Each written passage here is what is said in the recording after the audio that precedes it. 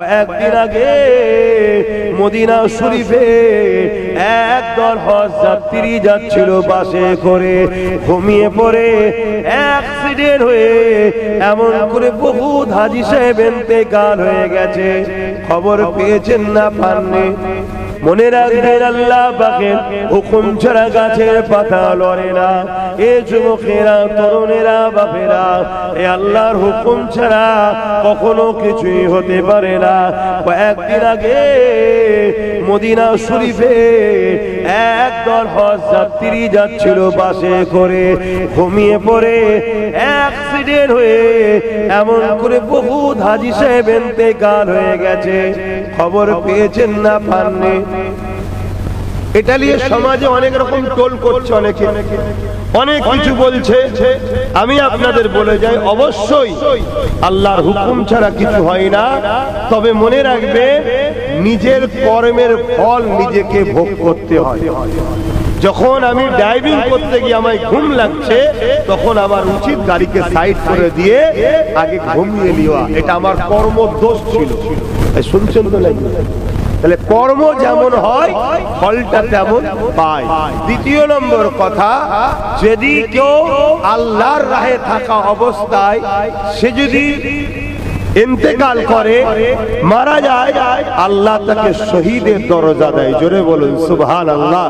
মওত তো একদিন না একদিন হবে।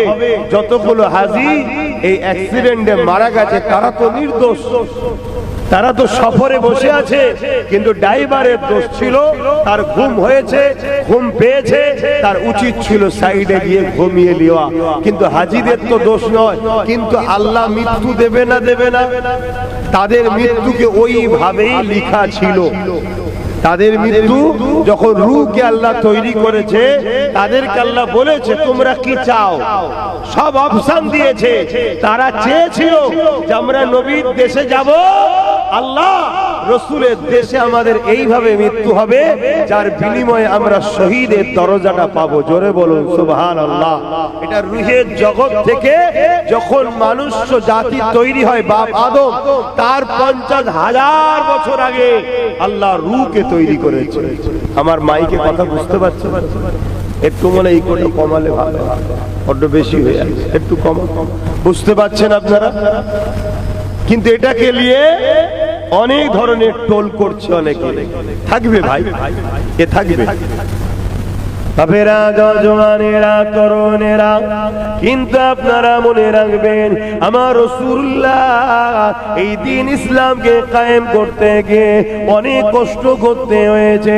এই যুবকেরা, তরুণেরা, এই জমিনের উপরে 1,500 বছর আগে ছেলেরা মাকে হত্যা করত, বাপেরা কন্যাগুলোকে জন্ত পুঁতে দিত।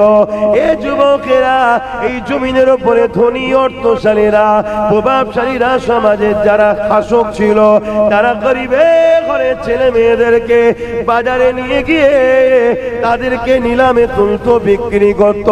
এ নওজওয়ানেরা, তরুণেরা, এই জমিনের উপরে এত অন্যায়, এত অত্যাচার হতো, খুন খারাপি হতো, ইনসাফ ছিল না, কোন রকম বিচার ছিল না। তাহলে এত পৃথিবী অন্যায়, অত্যাচারের জুলুমে ভরেছিল যে সময়টাকে আইয়ামে জাহিলিয়াত বলা হয়। নারীদের অধিকার ছিল না, মানবতা ছিল না, মা বাপের সম্মান ছিল না, গরিবের মর্যাদা ছিল না। বাজারে কৃতদাস দাসী বিক্রি হতো, গরিবের ময়েদে ঘরে খরিদ করে নিয়ে গিয়ে তাদের দেহকে শোষণ করা হতো। তাদের গর্ভে যদি পুত্র সন্তান আসতো, ওই সন্তানকে নিয়ে নিত, নারীকে হত্যা করে দিত। আর যদি কন্যা সন্তান আসতো, নারী এবং কন্যা সন্তান উভয়কেই হত্যা করে দিত। এই ছিল পৃথিবীর চরিত্র। শোনো যুবকেরা, আজ তোমাদের খুব ভালো লাগছে না? দুনিয়ায় মডার্ন এর নামে ইসলাম থেকে দূরে সরে গিয়ে খেল তামাশা, গান, নাচ, ফুর্তি, আনন্দে খুব ভালো লাগছে, তাই তো? চোখ দিয়ে খুন বেরোবে, পানি নয়, খুন বেরোবে যখন দেখবে তোমার চোখের সামনে তোমার মা, বোন, বেটি, পরিবারের রেপ হচ্ছে, তুমি কিছু করতে পারছো না। তখন বুঝবে আব্বাস সিদ্দিকীর কথাটা কেমন হয়েছিল। আজ আমি বলে যাচ্ছি, আরে পাওনা তোমাদের বেশি দেরি নয়, খুব শিগগিরই আল্লাহ তোমাদেরকে এই পাওনা দেবে। যেমন তোমরা ইসলাম কোরআন থেকে সরে আজকে রসুলের কষ্টের দিনকে নিয়ে যে ড্রামা করছো, যে নাটক করছো, যে মুনাফিকি করছো, এর পাওনা কিন্তু আল্লাহ দেবে। আর এটুকু মনে রাখবেন, এই ভিড়ের মধ্যেও যারা আল্লাহ রসুলকে ধরে রাখবে তাদের ইজ্জতের বাঁচাবার মালিক কিন্তু আল্লাহ ঠিক হিফাজত করবে। জোরে বলুন সুবহানাল্লাহ। একটা ইতিহাস এই জায়গায় বলে যায়, শোনেন। হযরত ইব্রাহিম আলাইহিস সালামের একজন স্ত্রী ছিলেন, আমাদের আম্মা জান হয়, যিনার নাম হল হযরত হাজেরা আলাইহিস সালাম। তিনি এমন করে ইব্রাহিম আলাইহিস সালামের স্ত্রী ছিলেন। এই যুবকেরা, তরুণেরা, যখন তিনি এমন করে বালিগ বয়সে, প্রাপ্ত বয়সে পা দিলেন, সঙ্গে সঙ্গে নিজেকে গোপন করে নিলেন। কারণ আল্লাহ পাকের বিধান হলো নারীদেরকে পর্দার মধ্যে থাকা, নারীদেরকে হিফাজতের মধ্যে থাকা। এ মায়ের জাতেরা, আপনাদেরকে আল্লাহ বড় নিয়ামত করেছে, আল্লাহ আপনাদেরকে বড় দামি সম্পদ করেছে, আল্লাহ আপনাদেরকে দুনিয়া জমিনে এত নিয়ামত আল্লাহ বানিয়েছে। আল্লাহ সৃষ্টির মধ্যে মাকে আল্লাহ সব থেকে বেশি সম্মানিত করেছে। সেই মায়ের জাত আপনারা।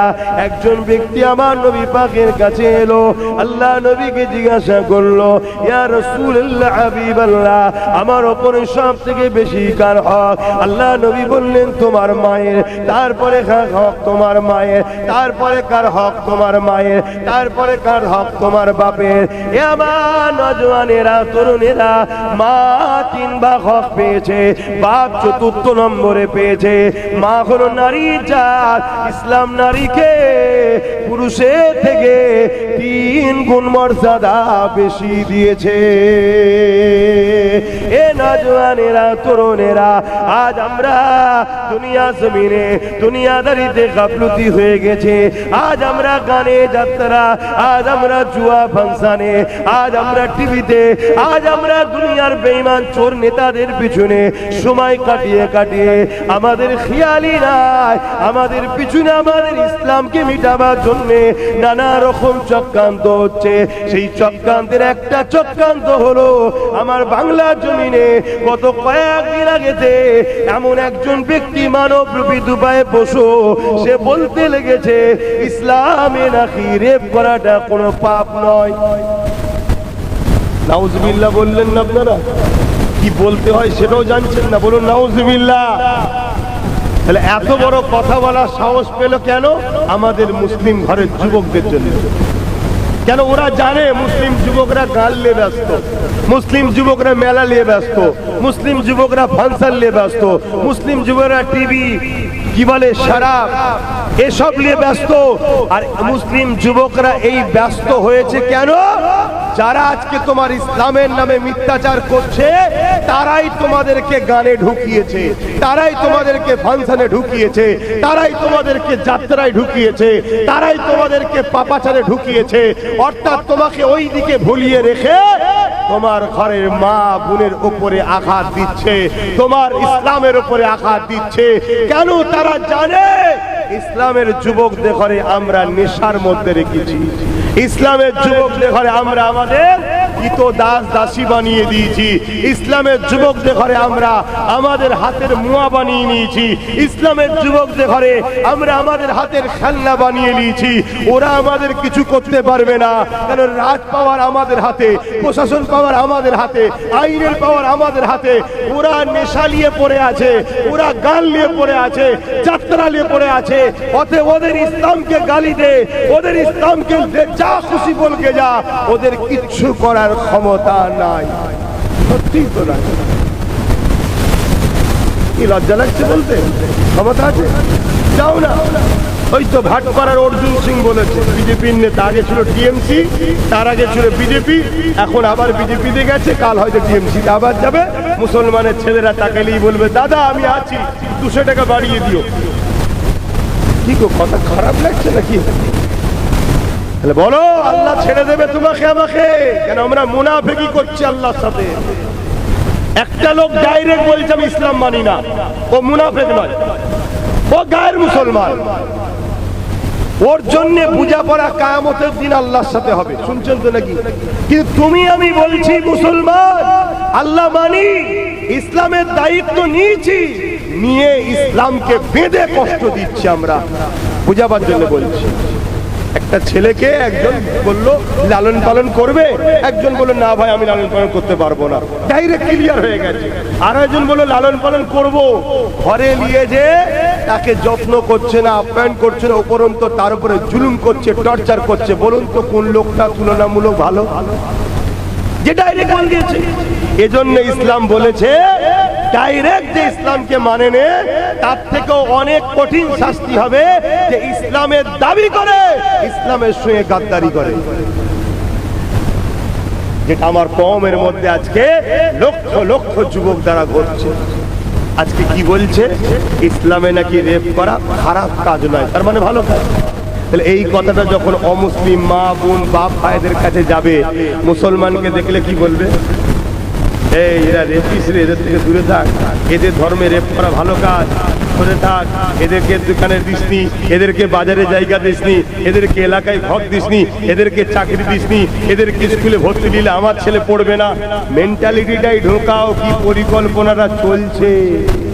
আগামী দিন তুমি বাসে উঠবে, মা বোনেরা অমুসলিমদের বলবে মুসলমানকে তোলা যাবে না, এদের ধর্মে রেপ করা ভালো কাজ, আমরা মহিলারা করে নেমে যাব। তোমার চোখের পানি ফেলতে পারবে না, মাথায় হ্যাট করে বাস থেকে ঘাড় ধাক্কাতে নেমে দিয়ে হবে। যেমন বাড়িতে কুকুর এলে কি করো? কি করো? ছিচি করে তারাও তো। এ মুসলিম যুবক, আগামী দিন তোমাদের ঘরে রাস্তাঘাটে হাটে বাজারে সব জায়গায় লোক ছিচি করে তাড়াবে। কেন? আমি আজ এখান থেকে বার করে দিচ্ছি, কাল সব জায়গা থেকে তোমরা বেরিয়ে যাবে। তুমি যদি তোমার নবীর দিনের আলোচনায় বসার উপযুক্ত না হও, আমার আল্লাহ তোমাকে আর কোনো জায়গায় উপযুক্ত রাখবে না। দেখিয়ে লিও, আমার কথা মিলিয়ে লিও। আমার তো দরকার নেই, আমার তো পুরো মজলিস ভরে গেছে। ভরেছে না ভরে নেই? বলুন আলহামদুলিল্লাহ। কিন্তু দূরে হলো, কানে শোনো, আজ নয় কাল যদি তোমার মধ্যে পরিবর্তন ফেরে, আল্লাহ বড় দয়ালু, তিনি বলেছে মাফ করে দেবো। কিন্তু যখন বিপদের সুইচ টিপে দেওয়া হয়, বিপদের ঘড়ি যখন শুরু হয়ে যাবে, যখন ভূমিকম্প চালু হয়ে যাবে, যখন জালজালা এসে যাবে, তখন আর তওবা করে কি হবে? কথা কিছু বুঝছেন? পূর্ব দিকে যখন সূর্য উঠে যাবে, পশ্চিমে ডুবছে, যেদিন পশ্চিমে সূর্য উঠে যাবে, ওই মুহূর্তে আর তওবা কবুল হবে না। অনেকে মরার সময় ঘাড় ঘাড় করছে যাবে বলে, আর তখন বলছে তওবা পড়ো, তওবা পড়ো, তওবা পড়ো। আরে ওই সময় তওবা কাজে লাগে না। কথা বুঝে আসছে না? নাই তখন আর পড়ে কি হবে? যা করার করে ফেলেছো তো সব। হ্যাঁ, আর এখন মলি সাহেব লিয়ায়, হুজুর লিয়ায়, তাড়াতাড়ি লিয়ায়, জাকামদানি চলছে, এক্ষুনি চলে যাবে। তার আগে হুঁশ ছিল না যে আল্লাহ তোমাকে শ্রেষ্ঠ মখলুক করলো, দুটো চোখ দিল, দুটো কান দিল, দুটো হাত দিল, দুটো পা দিল, নবী মোহাম্মদ রাসূলুল্লাহর উম্মত করলো। হ্যাঁ, তোমার হুঁশ নাই যে তোমাকে আল্লাহ কি জন্য বানিয়েছে? আল্লাহ তোমাকে বানিয়েছে এই জমিনের উপরে রেপ বন্ধ করার জন্য। আল্লাহ তোমাকে বানিয়েছে এই জমিনের উপরে খুন বন্ধ করার জন্য। আল্লাহ তোমাকে আমাকে বানিয়েছে এই জমিনের উপরে অত্যাচার বন্ধ করার জন্য। আল্লাহ তোমাকে আমাকে বানিয়েছে এই জমিনের ক্ষুধার্ত মানুষের খানার ব্যবস্থা করার জন্য। আল্লাহ তোমাকে আমাকে বানিয়েছে এই জমিনের বিধবাদের মর্যাদা দিবার জন্য। আল্লাহ তোমাকে আমাকে বানিয়েছে এই জমিনে এতিমদেরকে সাহায্য করার জন্য। আল্লাহ নবী জানিয়ে দিলে যে এতিমদের পরনের কাপড় দেয়, সে আমি রাসূলুল্লাহ আমাকে কাপড় দিল। যে এতিমদেরকে খাওয়ালো, সে আমি রাসূলুল্লাহ আমাকে যেন খাওয়ালো। যে এতিমদের মাথায় হাত বোলালো, সে আমি রাসূলুল্লাহ আমার মাথাতে যেন হাত বুলিয়ে দিল। এ যুবকেরা, তরুণেরা, আল্লাহ তোমাকে আমাকে শ্রেষ্ঠ উম্মত করেছে, নূর নবীর উম্মত করেছে, হাবিবুল্লাহর উম্মত করেছে। তোমার আমার মর্যাদা আল্লাহ কত দিয়েছে, কি জন্য আল্লাহ নবীর উম্মত করলো, তোমাকে আমাকে ভাবা দরকার ছিল। এই জমিনের উপরে অন্যায় মুক্ত সমাজ গড়া, দুর্নীতি মুক্ত সমাজ গড়া, চোর মুক্ত সমাজ গড়া, নেশা মুক্ত সমাজ গড়া, বেশরিয়াতি মুক্ত সমাজ গড়া, এটা তো তোমার আমার কাজ। তা না করে তুমি আমি কি করে বেড়াচ্ছি, নিজের দিকে একবার তাকাও। আজ তুমি আমি জালিমদের দলভুক্ত হয়ে গেলা, তুমি আমি নাচনেওয়ালাদের দলভুক্ত হয়ে গেলা, তুমি আমি শয়তানি কাজের দলভুক্ত হয়ে গেলা, তুমি আমি নেশাগ্রস্তদের দলভুক্ত হয়ে গেলা, তুমি আমি আজকে জমিনে যারা রেপ করে বেড়ায় বা রেপের যারা রেট ঠিক করে তাদের দলভুক্ত হয়ে গেলা। তাই আজকে তারা বলে নিচ্ছে ইসলাম নাকি রেপ করা পাপ কাজ নয় বলেছে, অথচ ইসলাম জানিয়েছে কেউ যদি রেপ করে তাকে গলা পর্যন্ত পুঁতে দিয়ে পাথর নিক্ষেপ করে করে তাকে মেরে দাও। এটা হলো ইসলামের বিধান। কেন নবী বাবার বলেছে, কেন ইসলাম বলেছে গলা পর্যন্ত পুঁতে দিয়ে রেপকারীকে মেরে ফেলো, তাকে হত্যা করে দাও, তাকে কতল করে দাও। এটা ইসলাম কেন বলেছে? এই জন্যে বলেছে নারীর সম্মান যে দিতে পারে না, নারী হলো মায়ের জাত, মায়ের জাতের যে সম্মান দিতে পারে না, মায়ের জাতের যে জোর লোটে, তার বেঁচে থাকার কোনো অধিকার নাই। সে মানুষ রূপে একটা পাগল কুকুরের থেকেও খারাপ হয়ে গেছে। অতএব একে মেরে দাও, যদি না মারো এই সমাজে আরো অনেক নারীকে কামড়াবে। শুনছেন তো নাকি? আজকে সেই ইসলামকে কি শুনতে হচ্ছে? কে বলছে? আবার যাদের নিজেদের চরিত্র ঠিক নেই তারা বলছে, যাদের নিজেদের দলের রেপিস ভর্তি তারা বলছে, যারা যেসব জায়গায় যারা রাজত্ব চালাচ্ছে তাদের রাজত্ব আমলে নারীরা নিরাপদ নয়। না উত্তরপ্রদেশে নিরাপদ আছে, না আসামে নিরাপদ আছে, না কি বলে মণিপুরে নিরাপদে আছে, না ত্রিপুরায় নিরাপদে আছে, না যাদের ভারতবর্ষ যারা চালাচ্ছে এই দেশে নারীরা নিরাপদ নয়। যাদের রাজত্ব চলাকালীন তারা আজকে ইসলামের উপরে কলম চালাচ্ছে, এর জন্য দোষী মুসলমান যুব সমাজ। আমি অন্য কাউকে দোষারোপ করব না, আমার ছেলেরা দোষ। তুমি আমি যদি ঠিক লাইনে থাকতে পারতাম, তুমি আমি যদি সংগঠিত থাকতে পারতাম, তুমি আমি যদি কোরআন সুন্নাহর উপরে চলতে পারতাম, তুমি আমি যদি নেশাতে না ঘুমিয়ে থাকতাম, তুমি আমি যদি কি বলে লোভ লালসার মধ্যে জড়িয়ে না থাকতাম, তাহলে আজকে এদের বলা সাহস ছিল না। এরা জানে মুসলমানকে ঘুম পড়াও, মুসলমান যদি জেগে থাকে, আচ্ছা আচ্ছা ফেরাউনের রাতের ঘুম দূরের কথা, জীবনের দুনিয়ার বেঁচে থাকার ঘুমটাই আউট হয়ে যাবে। শুনছেন তো নাকি? তাহলে অন্যায়ের সঙ্গে ইসলামের কখনো সম্পর্ক হতে পারে না। অন্যায় মিটাবার নাম তো ইসলাম। আর তুমি মুসলিম ঘরের ছেলে হয়ে অন্যায় করছো বলছো আমি মুসলমান?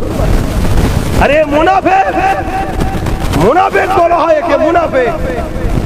আর মুনাফিকের ঠিকানা জাহান্নামের সবথেকে কঠিন নিকৃষ্ট জায়গায়। যারা প্রকাশ্য ইসলামের বিরুদ্ধে, তাদের থেকেও কঠিন শাস্তি হলো মুনাফিক মুসলমান। আর আমার আব্বা জানেরা, আমি আপনাদের সন্তানের মতো বলে যাচ্ছি, আপনারাও কিন্তু কিয়ামতের দিন ফাঁসবেন, কিয়ামতের দিন ফাঁসবেন। কিয়ামতের দিন বাপেদের হিসাব নেবে। হিসাব নিয়ে ধরুন আপনার নামাজ, রোজা, দাড়ি, টুপি, হজ, যাকাত, মানুষের অধিকার সব হয়তো পালনে আপনি 100% পাস করে গেছেন। আলহামদুলিল্লাহ, ভালো কথা, আপনি পাস করেছেন। কিন্তু আপনার ছেলেকে ডাকা হবে, ডেকে বলা হবে তোমার ছেলের হিসাবটা দাও। ওই সময় বান্দা বলবে আল্লাহ ওটা ছেলের থেকে নেন। আল্লাহ বলবে না, তুমি গার্জেন, অভিভাবক তোমাকে আমি বানিয়েছিলাম, গার্জেন। এই তোর হিসাব দে।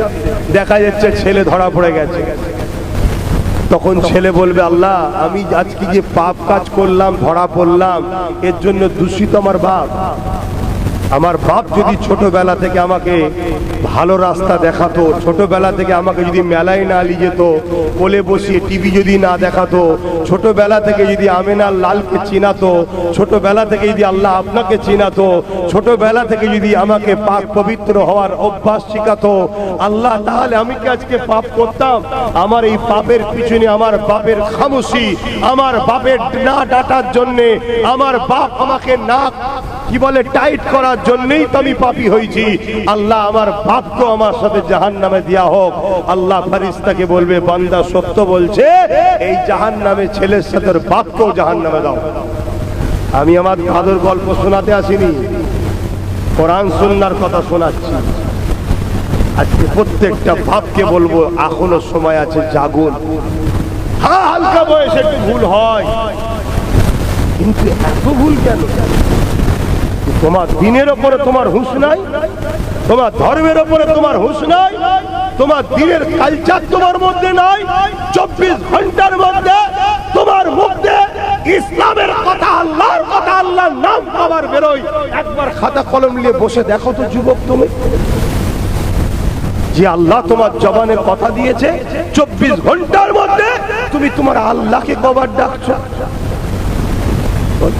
হিসাব করো একবার, 24 ঘন্টার মধ্যে তোমার আল্লাহর জন্য তুমি কি করলে হিসাব করে দেখো। ঘুমোতে যাচ্ছ, বাকি সময়টা উঠে যাচ্ছ, একটা খাতা কলম নিয়ে বসো, পরের দিন ঘুম পর্যন্ত তুমি আল্লাহর জন্য কি করেছো? আমি কথা দিয়ে যাচ্ছি, 100-র মধ্যে 60টা মুসলমান যুবকের খাতা জিরো হবে, কিচ্ছু করেনি। কথা বুঝছো? তাহলে বলো, আপনি একটা কোম্পানিতে কাজ করছেন, বুঝাবার জন্য বলছি, সেই কোম্পানিতে আপনি কিচ্ছু কাজ করেন, উপরন্তু কোম্পানির ক্ষতি করছেন, আপনাকে কোম্পানি রাখবে?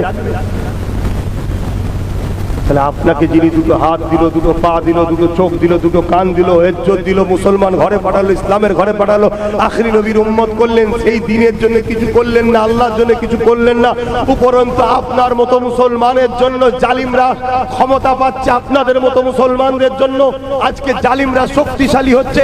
তারা ক্ষমতার আসনে বসে কখনো বলছে ওয়াকফ তৈরি কালা কানুন করে মসজিদ ভাঙবো, কখনো বলছে কোরআন শেষ হয়ে যাবার উন্নতি হবে না। বলুন আমার আল্লাহ আপনার আমার মতো এই মুনাফিকি যারা মুসলমান করবে, ভালো কাজ না করে যারা ইমাম বদমাইশি করবে, সেই মুসলমানদেরকে আল্লাহ শেষ করবে না? করবে না? এই জন্যই তো সাইজ হচ্ছে। এবারে যারা ভালো মানুষ তাদের জন্য মার খেতে হচ্ছে না, হয়নি? একটু বলুন বলুন বলুন বলুন, কেন হচ্ছে? ওই দুটো কারণ, বাপ বেটা, চাচা ভাইপো, আত্মীয়তা আছে না নাই? কিন্তু আল্লাহ রাসূল কি বললেন?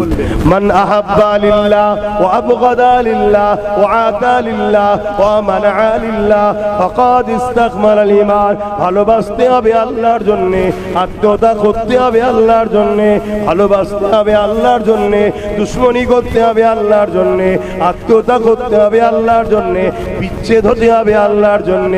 এরাই হলো প্রকৃত ঈমানদার। আমরা আল্লাহর জন্য ভালোবাসিনি, ও আমার মামাতো ভাই হয় এই জন্য কে ভালোবাসি, আল্লাহর জন্য ভালোবাসি না। এ আমার ফুফুতো ভাই হয় এই জন্য কে আমি ভালোবাসি, আল্লাহর জন্য ভালোবাসি না। যদি আল্লাহর জন্য ভালোবাসতাম, মামাতো ভাই ভুল রাস্তায় চললে তাকে আমি বুঝাতাম তোমার চলনটা ভুল হচ্ছে ভাই, নিজের গোনা যদিও করে ফেলো, ইসলামের ক্ষতি তুমি করছো, ইসলামের ক্ষতি করে ফেলোনি। যদি তোমার সাথে ও বন্ধুত্ব রাখতে সত্যি চায়, তাহলে তোমার কথা সে শুনবে, যদি না শোনে তাহলে তুমি তার সাথে কেন মিশবে? ধরুন আমি খারাপ কাজ করছি, আপনি আমাকে বুঝালেন যে ভাই এ কাজ তুমি করো না, এটা ইসলামের ক্ষতি হচ্ছে তোমার জন্য, এ কাজ করো না। আপনি যদি সত্যি আপনাকে ভালোবাসি, তাহলে আপনার কথা শুনবো না? শুনবো না। আর যদি আপনার কথা আমি না শুনি, তাহলে আপনার কি প্রয়োজন আছে আমার সঙ্গে মিশা? কথা কিছু বুঝছেন তো নাকি? যেমন আমি বললাম যে আসো ভাই, এসে বসো, যদি না আসে তার নিয়ে তো আমার ভাবার প্রয়োজন নেই। সে যখন আমার কথা শোনে না, আমি তার কথা শুনবো কেন? আমি অঙ্ক ভাই খুব ভালো পারতাম, পড়ার লাইফে অঙ্ক খুব ভালো পারতাম, আমার শুধু একটাই কাঁচা সাবজেক্ট ছিল ইংলিশ। কথা বুঝে আসছে, এখন দেখছি ওটাই ছাড়া চলা যাচ্ছে না। আবার এই বুড়ো বয়সে ভাবছি একটু চেষ্টা করে দেখবো। কি বলছেন আপনারা, হবে না? হবে না? হ্যাঁ ইনশাল্লাহ হয়ে যাবে। আমার নজওয়ানেরা, তবুগেরা, উলামাকে বুঝুনি, বাঁচাবার চেষ্টায় বকছি, তোমাদেরকে বাঁচাবার চেষ্টায় রাগ মুখ করছে, কেননা তোমার আমার গাফলতির জন্যে আজ বিভিন্ন জায়গায় মসজিদ গুলো শহীদ হয়ে যাচ্ছে। তোমার আমার গাফলতির জন্যে আমার পশ্চিম বাংলায় দুর্গাপুরেতে পশ্চিম বাংলার সরকারের নেতৃত্বে বুলডোজার দিয়ে মাদ্রাসাকে ভেঙে দেওয়া হলো। তোমার আমার গাফলতির জন্যে এ যুবকেরা, তরুণেরা ইসলামের উপরে এত বড় কথা বলা হলো, অথচ ইসলাম নারীদেরকে কত সম্মান দিয়েছে। ১,৫০০ বছর আগে ঈসা আলাইহিস সালাম চলে যাবার পর এই জমিনের উপরে ৫০০ বছর প্লাস হয়ে যায়, কোন নবী রাসূল আসেনি। আমার রাসূলুল্লাহকে আল্লাহ পাঠালে, আমার নবী আসার আগে ঈসা নবী চলে যাবার পর এই পৃথিবীর মানুষগুলো এক আল্লাহকে ভুলে গিয়ে নিজেদের হাতে করে ৩৬০টা নকল খোদা তৈরি করেছে। ওই খোদার উপাসনা করত যারা, নকল খোদার উপাসনা করত তারা নিজেদের বেটিগুলোকে জ্যান্ত পুঁতে দিত, কন্যা দিওয়াকে বাজারে নিলামে বিক্রি করা হতো। এই ছিল তাদের ক্যারেক্টার, চরিত্র। আল্লাহ নবী এসে তাদেরকে বুঝাতে লাগলে, এ দুনিয়ার মানুষেরা, নারীগুলোকে কেন তোমরা জ্যান্ত জ্যান্ত পুঁতে দিচ্ছ? নারীদেরকে এত অবহেলা কেন করছো? নারীদেরকে এত বেউজ্জতি কেন করছো? নারীদেরকে এত হত্যা কেন করছো? ওই সময় পৃথিবীর মানুষ তারা বলেছিল, হে তুমি মুহাম্মদ সাল্লাল্লাহু আলাইহি ওয়াসাল্লাম, নারীরা হলো অশুভ, এদের বাঁচার কোনো অধিকার নেই। আল্লাহ নবী, নূহ নবী, দয়া নবী তাদেরকে বুঝাতে লাগলে, বাবারা না না না, নারী অশুভ নয়, মহান স্রষ্টা পুত্র সন্তান বানায়, মহান স্রষ্টা কন্যা সন্তানও বানায়, কেননা পুরুষেরও দরকার আছে, কন্যারও দরকার আছে, না নাই? এই কথা বলে যারা নিজেরা, আমি আর বলতে পারছি না, কওমে লুতের ঘটনা জানেন? যুবকরা বলো, কওমে লুতের ঘটনা জানো? কিন্তু মনে রাখবে, রেজেকের মালিক আল্লাহ। আজকে নারীরা এত বিমারে কেন? মায়ের জাত এত বিমারে কেন? খোদার গজব এটাই, এটা গজব। গাছে ফসল দেবে আল্লাহ ১০০টা, বুঝাবার জন্য বলছি, তুমি সেই গাছের ফসলকে তুমি মেরে দিচ্ছ, ওর রিয়াকশন একটা আছে না নাই? ওই রিয়াকশনে আজকে নারী সমাজ নানা রকম জটিল বিমারে জড়িয়ে যাচ্ছে এই সব কারণে। যাক, আমি বেশি ডিপ বলতে পারবো না, কেন এখানে বাপু বসে আছে, বেটাও বসে আছে, কিন্তু লজ্জার কিছু নয়, শরিয়াত এটা। তো সেই জায়গাতে আজকে কওমে লূত আলাইহিস সালামের কওমেতে এই রকম যারা ছেলে ছেলে নেকা করতো, কথা বুঝে তারা একসাথে থাকতো, বাকিটা বুঝে নেন। আল্লাহ পাক তাদের উপরে কি আযাব দিয়েছে জানেন? তাদের উপরে আল্লাহ আসমান থেকে এমন আযাব, পাথর বর্ষণ করেছে, তারা সব পাথরের আঘাতে ছিন্ন বিচ্ছিন্ন হয়ে গেছে। এবং এক রায়াতের মধ্যে আছে, তাদের মধ্যে থেকে অনেককে পাথরের নাই শক্ত করে সেই জায়গায় দাঁড় করিয়ে রেখেছে, এখনো সেই স্মৃতি আছে। কথা বুঝে আসছে? সেই লূত আলাইহিস সালামের পুরো কওমকে আল্লাহ মেরে দিয়েছে, পুরো শেষ করে দিয়েছে। কেন? মহান স্রষ্টার সিস্টেম হলো নারী আর পুরুষ একে অপরের নেকা হবে, বিবাহ হবে। এই বিবাহের মধ্য দিয়ে বাপ আর মা সম্পর্ক হলো স্বামী স্ত্রী সম্পর্ক, এদের মিলনের মাধ্যমে সন্তান তৈরি হবে। জাহিলিয়াত যুগে কন্যা সন্তান হলে জ্যান্ত মেরে দিত, জাহিলিয়াত যুগে কন্যা সন্তান হলে জ্যান্ত পুঁতে দিত। আল্লাহ নবী জিজ্ঞেস করছেন, যেটা কেন করছো? এটা তো মহান স্রষ্টার সিস্টেম, পুত্র সন্তানও হবে, কন্যাও হবে, দুজনের মিলনে বিবাহ হবে, বিবাহ হয়ে আবার সন্তান তৈরি হবে। যদি মেরে দাও, মা যদি না থাকে, সন্তান হবে কি করে? আজকে অস্ট্রেলিয়াকে দেখো, ব্রাজিলকে দেখো, সব ওই কি বলবো, সব মোবাইল হাতে, মানুষ মানুষ হচ্ছে না, মানুষ মানুষ থেকে পশু হয়ে যাচ্ছে। আল্লাহ নবী তাদেরকে বুঝালেন, না না না, কন্যা কখনো শুভ নয়। মহান স্রষ্টা আমাকে পাঠিয়েছে পথ প্রদর্শন, নবী রাসূল আউসার মেসেঞ্জার করে আমি রাসূলুল্লাহ জানিয়ে দিই, কারো ঘরে যদি প্রথম কন্যা সন্তান হয়, এর মানে ওই কন্যা সন্তানের বাবাকে মহান স্রষ্টা কন্যা সন্তান দিয়ে জান্নাতের সুসংবাদ দিতে লেগেছে। আরো জোরে বলুন সুবহান। এ যুবকেরা, তরুণীরা, আল্লাহ নবী আরো বলেছে, নবী আমার 4-5টা পুত্র সন্তানের কথা বলেন। আল্লাহ নবী বলেছে, কোন বাপের দাম্পত্য জীবনে যদি 1টা 2টো 3টে কন্যা সন্তান হয়ে যায়, ওই বাপ যদি 3টে কন্যা সন্তানকে পেয়ে মন খারাপ না করে, আল্লাহ দিয়া নিয়ামত মনে করে খুশি হয়ে নিয়ে ওই 3 কন্যাকে লালন পালন করে বড় করে তার বিবাহ যদি দিয়ে দিতে পারে, ওই 3 কন্যার বাবা আল্লাহ নবী জানাচ্ছে সে আর আমি আল্লাহর জান্নাতে দুটো আঙুল তুলে দেখায় যেমন পাশাপাশি রয়েছে, ওই 3 কন্যার বাবা আর আমি রাসূলুল্লাহ আল্লাহর জান্নাতে পাশাপাশি থাকিব। আরো জোরে বলুন সুবহান। যে ইসলাম, যে রাসূল নারীদের এত সম্মান দিয়েছে যে একটা নারী একটা জান্নাত। জোরে বলুন সুবহানাল্লাহ। সেই ইসলাম বলেছে নাকি রেপ করা ভালো কাজ? আজকে বলছে কি এর নামে কেস হয়েছে না হয়নি?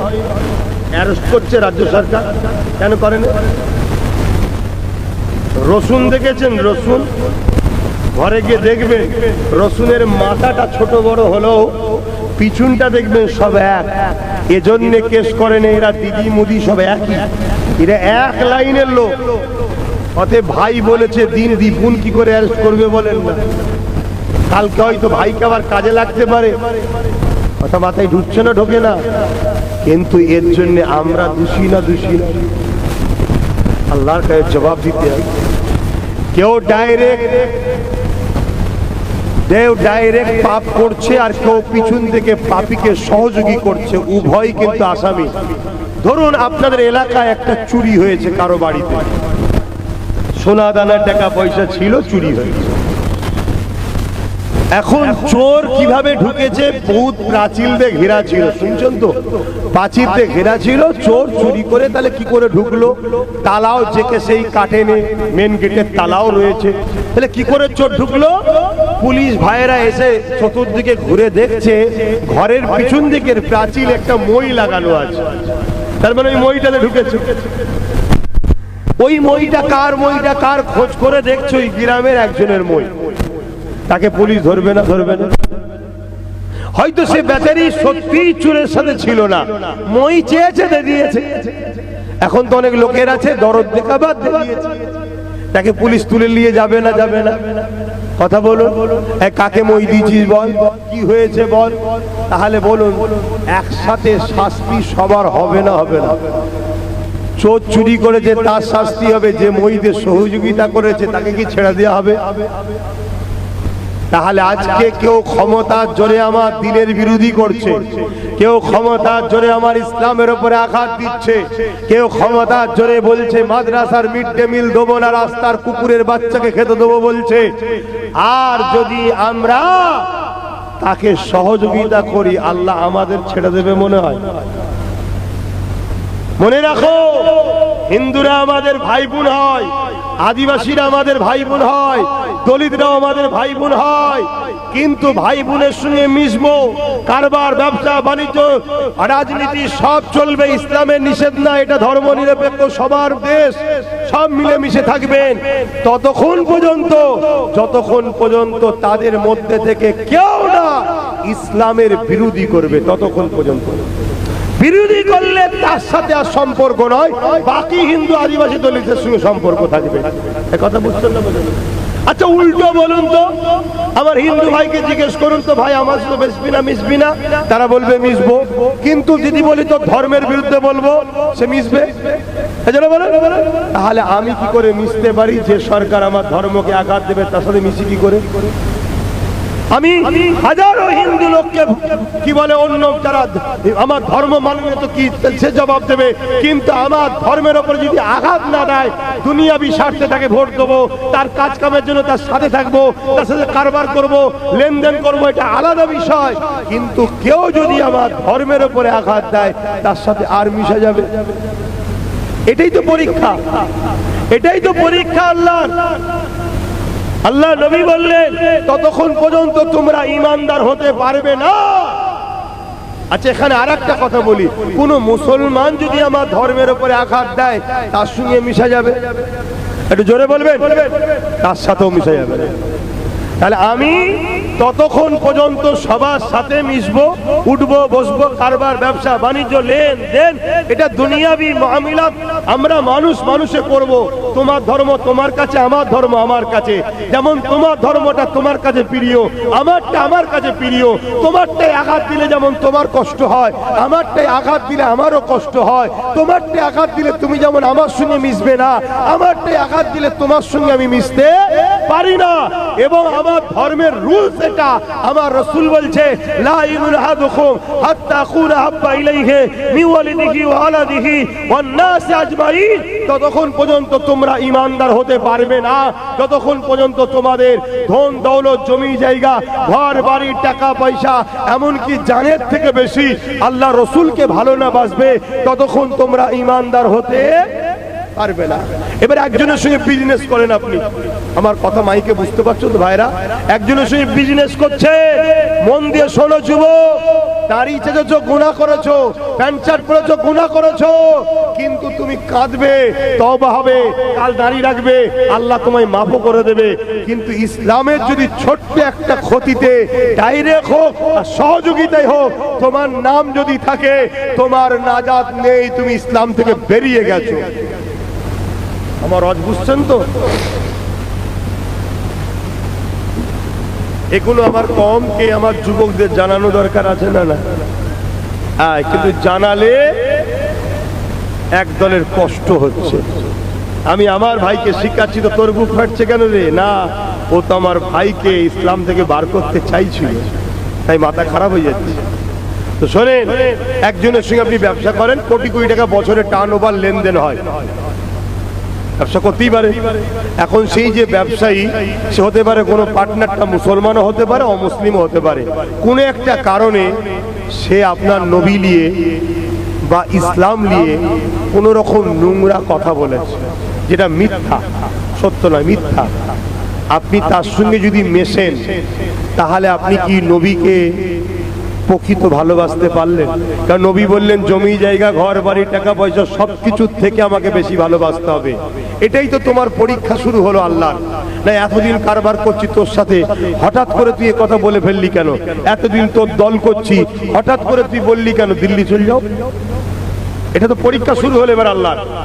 যেমন কারোর সাথে অনেক দিন ছিলাম, হঠাৎ করে বললো মাদ্রাসায় জঙ্গি তৈরি হয়, পরীক্ষা শুরু হয়ে গেল। কিন্তু লক্ষ লক্ষ নয়, কোটি কোটি মুসলমান পরীক্ষায় পাস করেছে, আবার আল্লাহ পরীক্ষা নিচ্ছে। এবারে আমরা পাস করি না কারো ভয়ে থেকে সাহায্যকারী মনে করি, আল্লাহ কিন্তু কঠিন পরীক্ষা আমাদেরকে নেওয়া শুরু করেছে।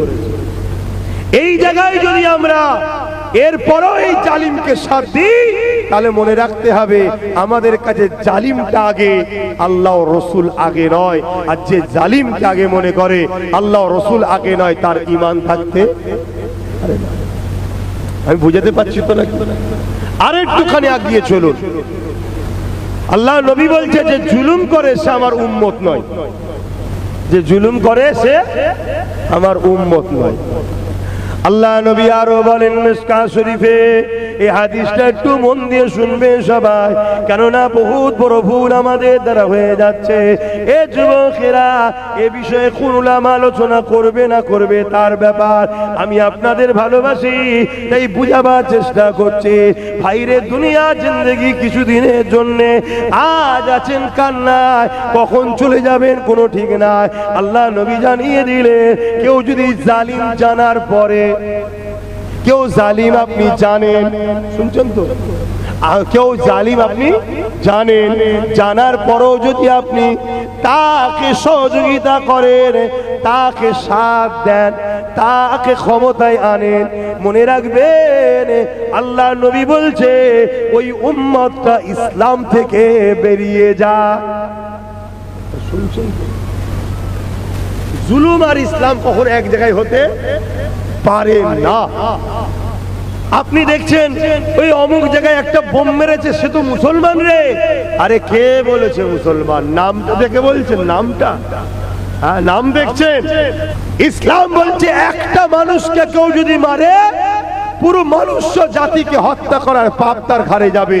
অপরদিকে ইসলাম বলছে একটা মানুষকে কেউ যদি বাঁচায়, আশ্রয় দেয়, মনুষ্য জাতিকে বাঁচাবার আশ্রয় দিবার নেকি পাবে। জোরে বলুন সুবহানাল্লাহ।